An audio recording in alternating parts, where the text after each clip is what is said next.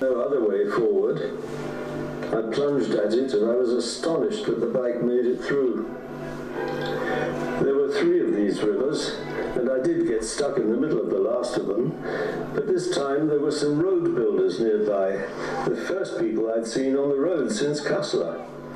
They helped me bring the bike out and invited me to camp with them that night, and that was a magical evening. Next day the road soon started to climb again. It was ripped out of the mountain and covered with loose rocks and a blinding pink dust. There were all kinds of traps and difficulties on the curves, and I fell again a couple of times. The heat was getting to me. It was getting to the Triumph too. On one climb the bike seemed almost to die of exhaustion. Struggling up a particularly awkward climb, I went over again, and this time I saw that one of my boxes had broken off somewhere down the mountain. For a while I was in despair.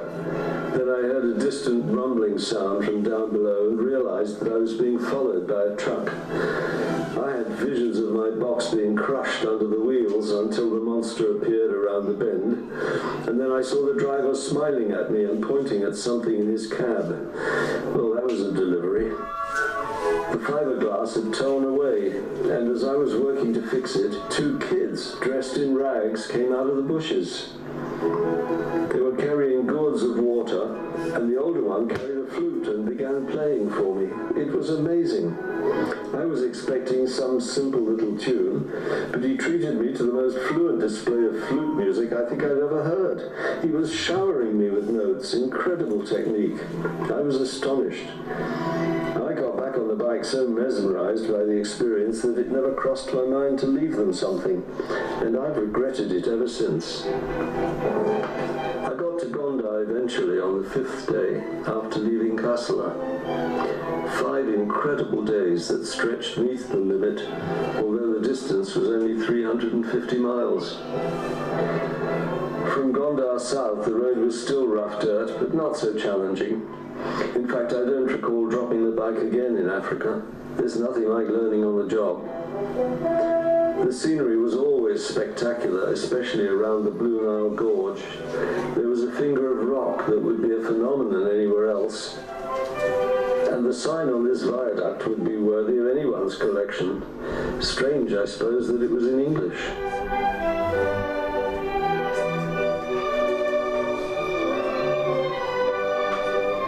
I had friends in Addis Ababa who were with the United Nations, and we had a civilized Christmas together.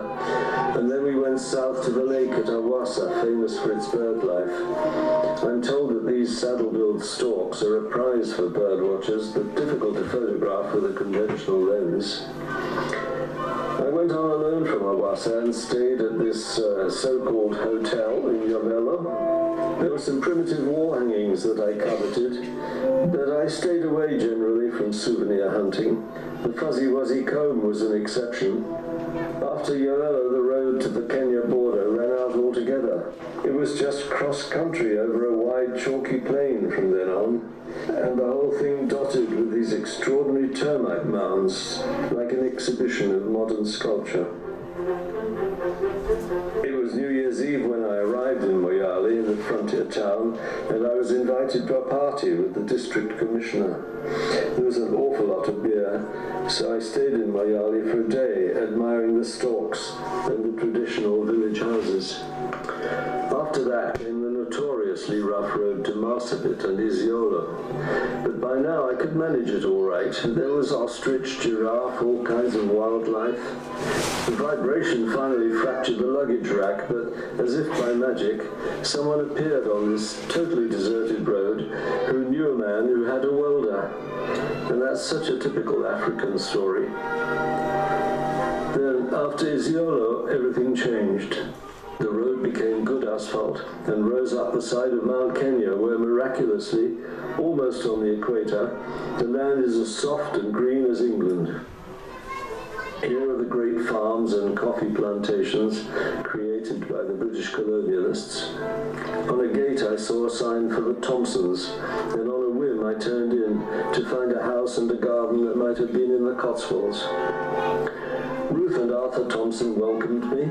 They had been farming 50,000 acres since the war, but Kenya gained independence 9 years ago, and they knew their time would soon be up. Only 200 miles now to Nairobi. The Lucas agent there, called Pearson, was a big, florid man who welcomed me with great enthusiasm. He got up his publicity shot and introduced me to all the swanky colonial clubs, and then, wonder of wonders, he said, "I've got a brand new Cessna 3000. Where do you want to go?" So he flew me to Lake Rudolph, where I spent 2 days with the Turkana tribe. What a wild and wonderful experience that was. The men so statuesque and the women so poised and graceful. They got me to dance with them on the first night around a huge fire. It was a spectacular event. I decided I had to make them do it again next day so that I could take pictures, even though it was against their customs to do it in daylight. I coughed up some money and bribed them with a couple of goats. Just watch those girls run with those 10-gallon tins of corned beer balanced on their heads.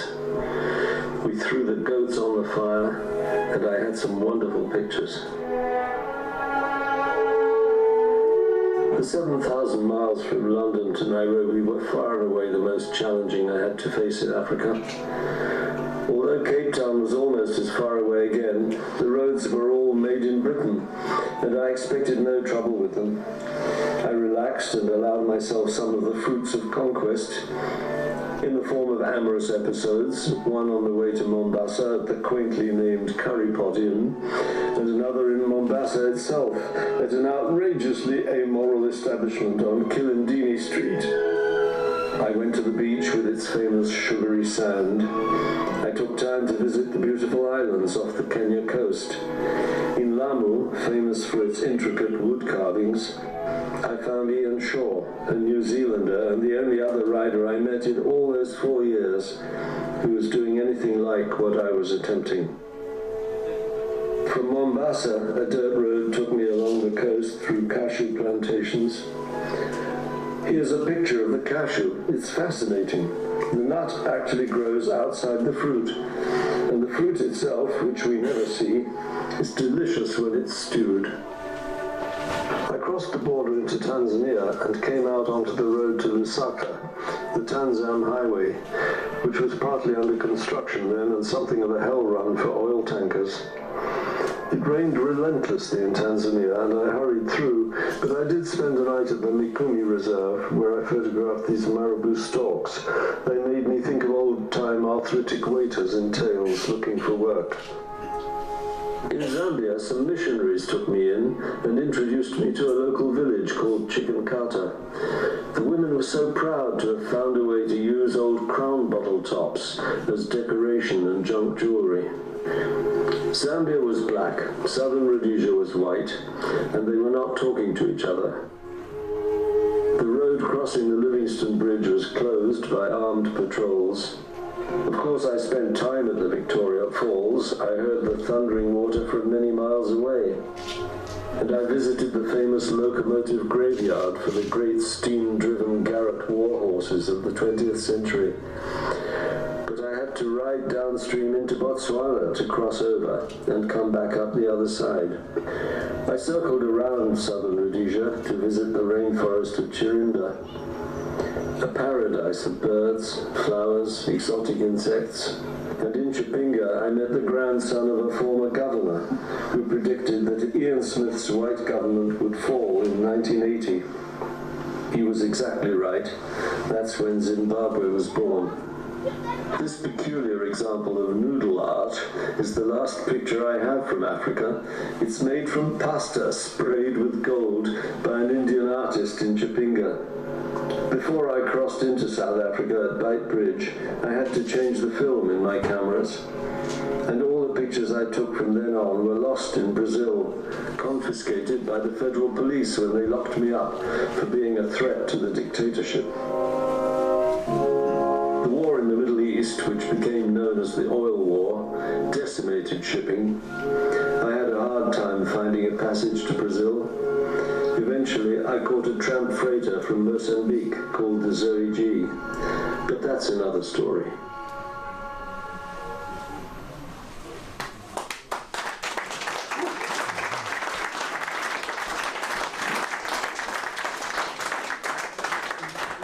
très aimable. Je ne sais pas, il y avait une erreur. C'était une version qui était très vieux. Le balance, la musique, c'était terrible. Je m'excuse. Je ne sais pas comment c'est arrivé. De toute façon, je vous laisse partir au bar si vous n'avez pas des questions très pressantes. Donc, c'est difficile, hein, si on comprend pas l'anglais. Je vois maintenant qu'il y a énormément de problèmes présentant ça. Mais merci beaucoup pour avoir vu. Je vois que vous êtes plus ou moins toujours là. For the one that didn't understand anything, you are selling a translation. I would like to do a translation. I would like Pour to ceux qui veulent connaître l'histoire, il y a le bouquin en français qui est en vente. Et ça vaut la lecture. Oui, le bon version est beaucoup plus sophistiqué que ça, mais quand même. Merci, hein, merci beaucoup. Hein.